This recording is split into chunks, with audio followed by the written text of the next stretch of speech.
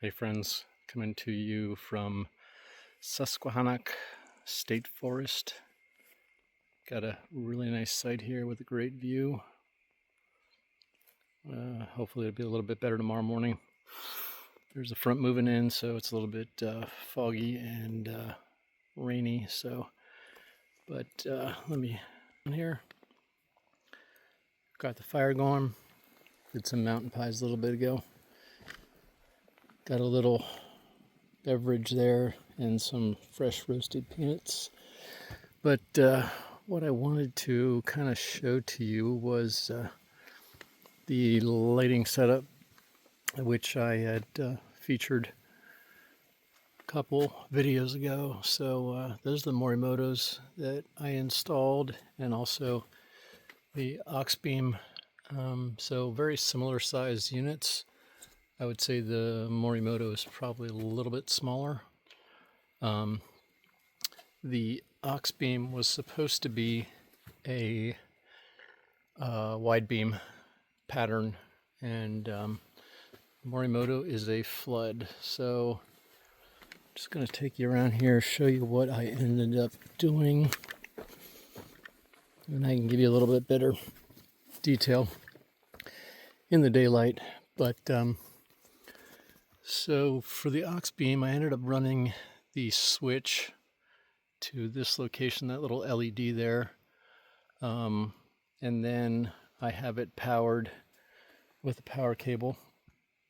It runs down through here, comes up through the inside of the floor, and I have it plugged in to one of my EcoFlow batteries. I just picked up another EcoFlow Delta Pro 2, which is on the bottom there, and that one is compatible with the Delta AC or alternator generator.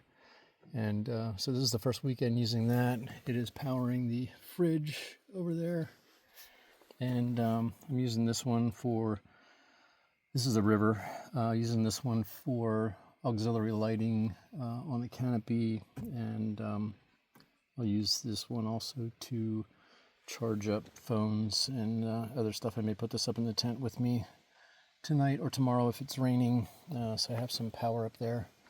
The other nice thing about this Intrepid, sorry you're not going to be able to see it, there's a portal which you can run wires up through. So if you want to keep the battery outside of the tent, you can do that. But anyway, so I'm just going to fire up this and give you an idea. So that is the aux beam, and it's pretty bright, but it is kind of a concentrated beam, as you can see there. So we're going to turn that one off, and then we're going to turn on the Morimoto. And oops, well, let me go around here. It's being blocked by my shoe bag. So let me take it around to the other side. So there you can see the Morimoto 2-banger in amber, and just the difference in the pattern of that. So let me go back around and turn on the aux beam again, and you'll be able to see both of them at the same time.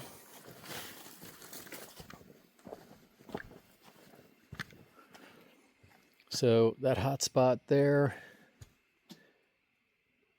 we just tripped the breaker. Back on.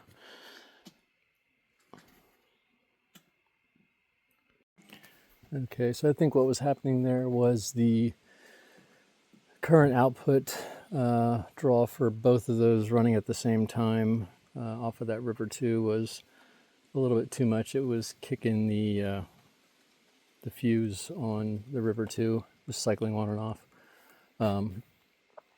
So I'm going to check and see what that amp draw is, and then I may end up switching that to one of the bigger units. see how that works. Ideally, I wouldn't have these both on at the same time anyway, but I think it was a good comparison. I do like the Morimoto 2-banger as far as the light distribution. It's wider, it's softer, it's not nearly as many lumens, so I think it makes a really nice scene light for setting up camp. So we're going to have to address this tomorrow and move this bag to the other side of the ladder. In the meantime, I'm going to enjoy this view, enjoy this fire, and my beer. Catch you in the morning. And just to be clear, I'll only use those when I'm actually setting up. Once I get my canopy up, I do have these LED strips that I have mounted on the underside of the 270. The canopy is an OVS. And then I have a dimmer switch here so I can turn them down or turn them up. So at full brightness, it does a pretty good job of illuminating everything around this truck. So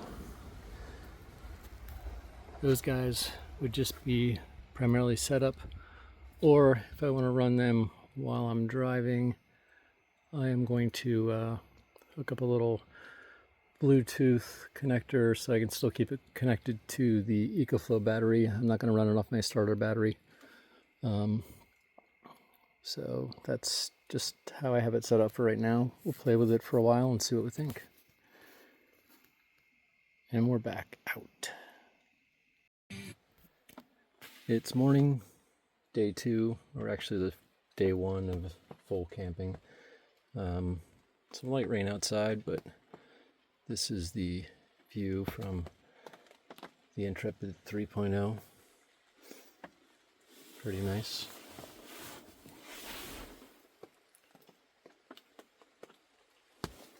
Pretty secluded site,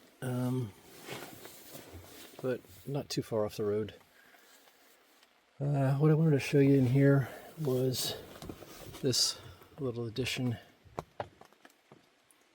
Put some Bluetooth Sony XB100 speakers in there, and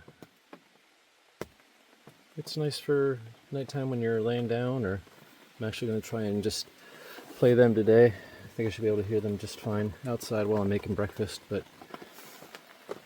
yeah, you can see the rain has started coming down a little bit harder. It's going to rain for a couple hours. Maybe some heavy downpours today, but yeah, just a little quick inside of the tent.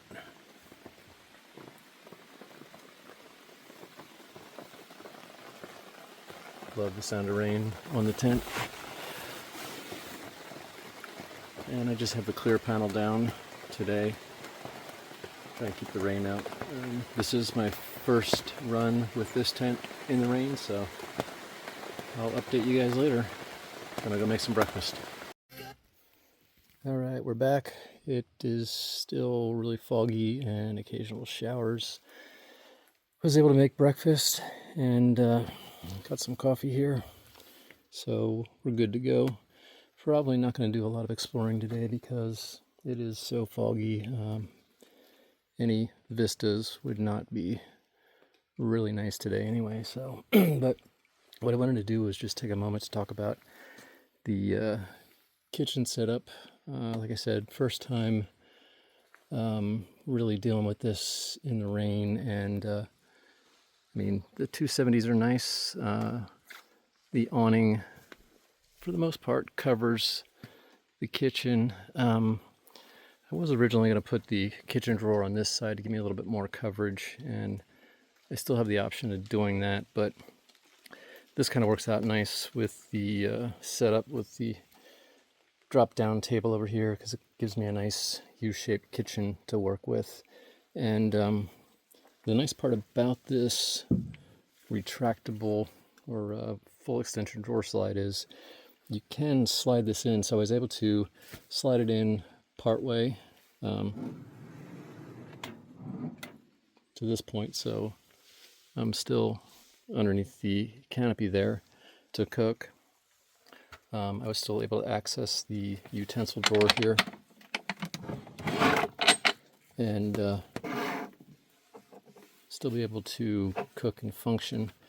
The pots and pans are back there in that storage thing, but once you have your pots and pans out, you really don't need to get into there, so that works nice. And then, since I'm not going to be moving around today much, I didn't want to break down the whole kitchen, and I didn't want to leave it hanging out in case it does start to rain really hard and blow underneath the canopy. So with this setup and the propane tank over there, and I believe this is a 10-foot hose, I am able to run it behind the DirtCom trail swing there, drop it down. I have plenty of space here, and this is where we make the connection. So this space is going to allow me to push this up and retract this drawer back in as far as I need to go, and just kind of push that in there. That's about to the point where we have to stop, because we're just about to the point where we're going to start to kink that, and I don't want to do that. So, but that gets us protected from the elements, and we're good to go. Update on the LED light strips in there. The battery is installed. This is not a DeWalt battery, but it's a knockoff. And little transformer there works out really well. I do have these on a dimmer as well, so I can dim them if I need to, but just gives a little bit more light for that area if you need to grab something. So, gonna get back to drinking coffee.